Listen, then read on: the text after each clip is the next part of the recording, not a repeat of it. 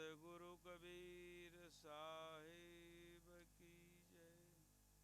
धनी धर्मदास साहिब। चार गुरु वंश 42 की जय। गुरु श्री लक्ष्मणदास साहिब। गुरु श्री जयरामदास साहिब। गुरु श्री चतुरदास साहिब की जय। गुरु श्री मनहरदास साहिब की जय। गुरु श्री मंगलदास साहिब। गुरु श्री गुरु श्री पद्मनाभ साहिब की जय। बोलिए सदगुरु साहिब की जय। કેવું છે? બરાબર છે?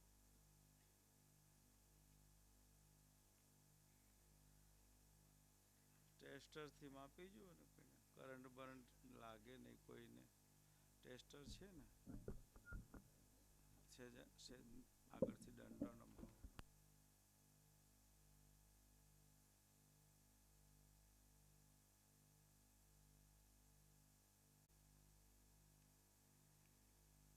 આજના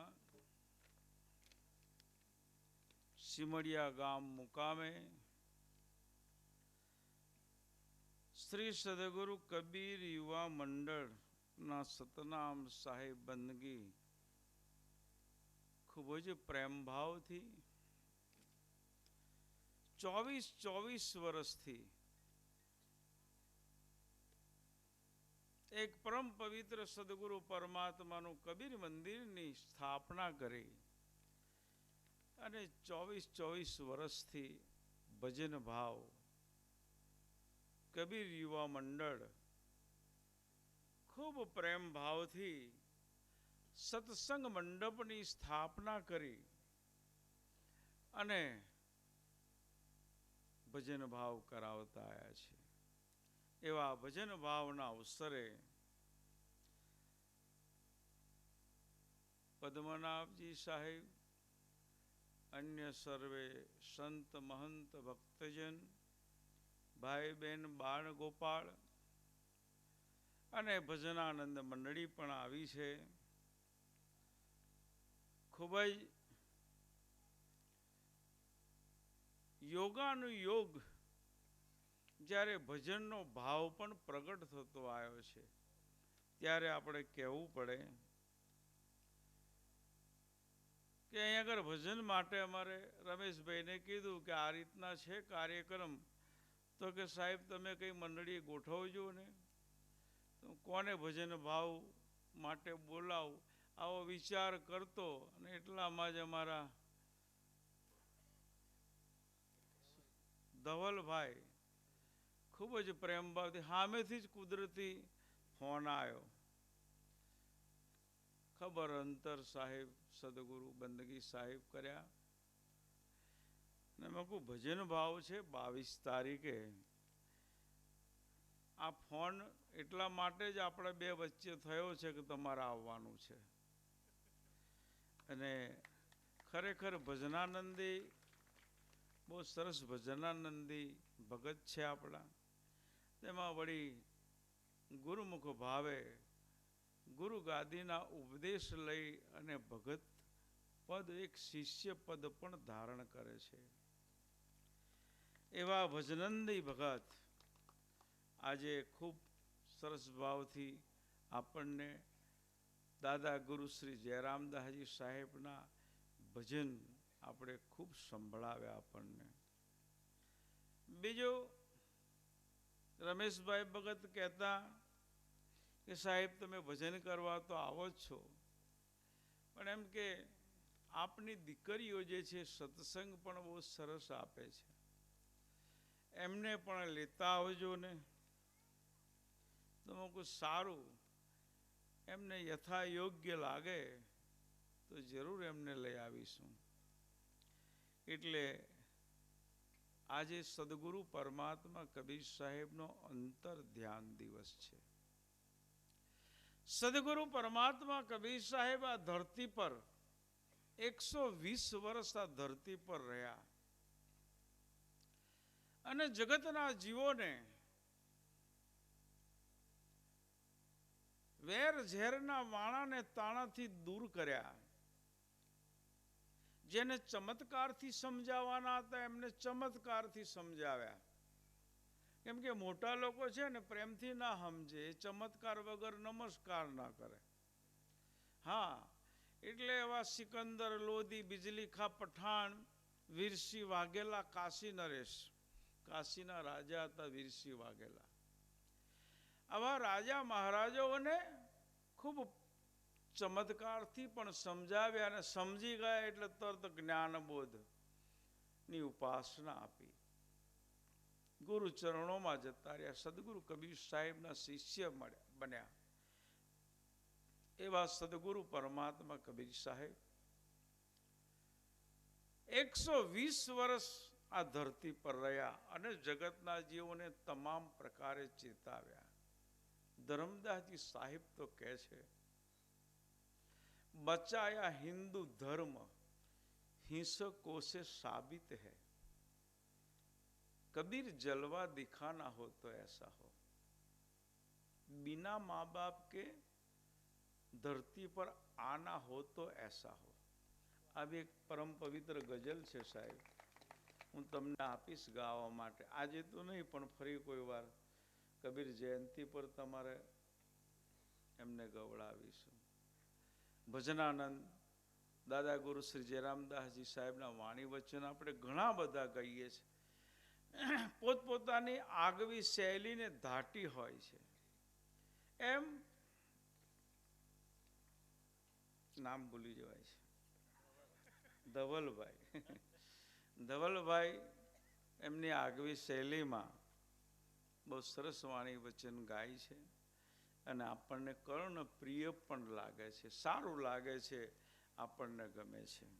ત્યારે તો દીકરીઓ પણ આવી છે. પ્રથમ મોટી દીકરી રામેશ્વરી. દીકરીઓ મોટી નાની એવું નથી, અમારે બંને મોટી જ છે. બધા ટ્વિન્સમાં આવ્યા છે. સદગુરુ પરમાત્મા એક સંગાથે મોકલ્યા છે. પહેલી બે દીકરીઓ પણ ટ્વિન્સમાં સદગુરુ સાહેબે ધરતી પર મોકલ્યા છે.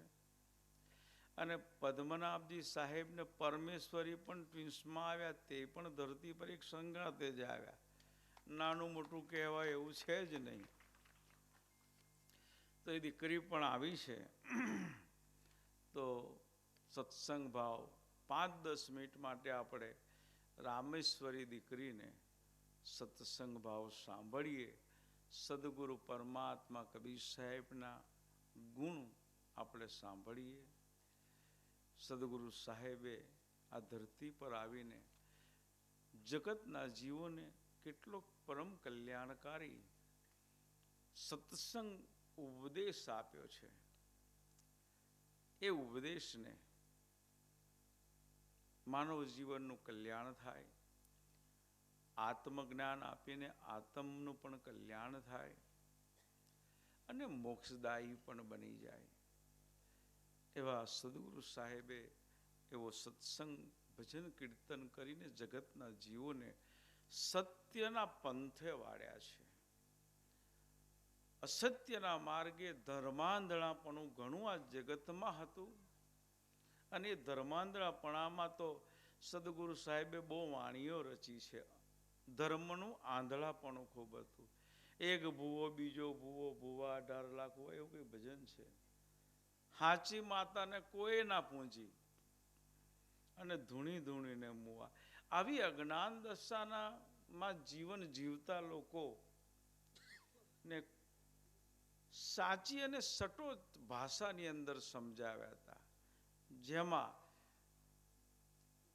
એ સાંભળી લે ને આ શબ્દ વચન તો એ ખરેખર સુધરી જ જાય. એનું જીવન એક આત્મા કલ્યાણકારી જ થઈ જાય.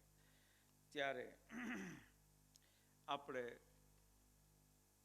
5-15 મિનિટ રામેશ્વરી દીકરીને પણ સાંભળીશું અને ત્યારબાદ રાજેશ્વરી દીકરી પણ આવી છે, એમને પણ સાંભળીશું અને ત્યારબાદ પછી પદ્મનાભજી સાહેબ પણ 2-5 વચન એ પણ આપણને સત્સંગ ભાવે કહેતા આવ્યા છે અને એમને પણ આપણે સત્સંગ ભાવે સાંભળીશું અને પછી આપણે ભજનાનંદ મંડળી પણ આવી છે.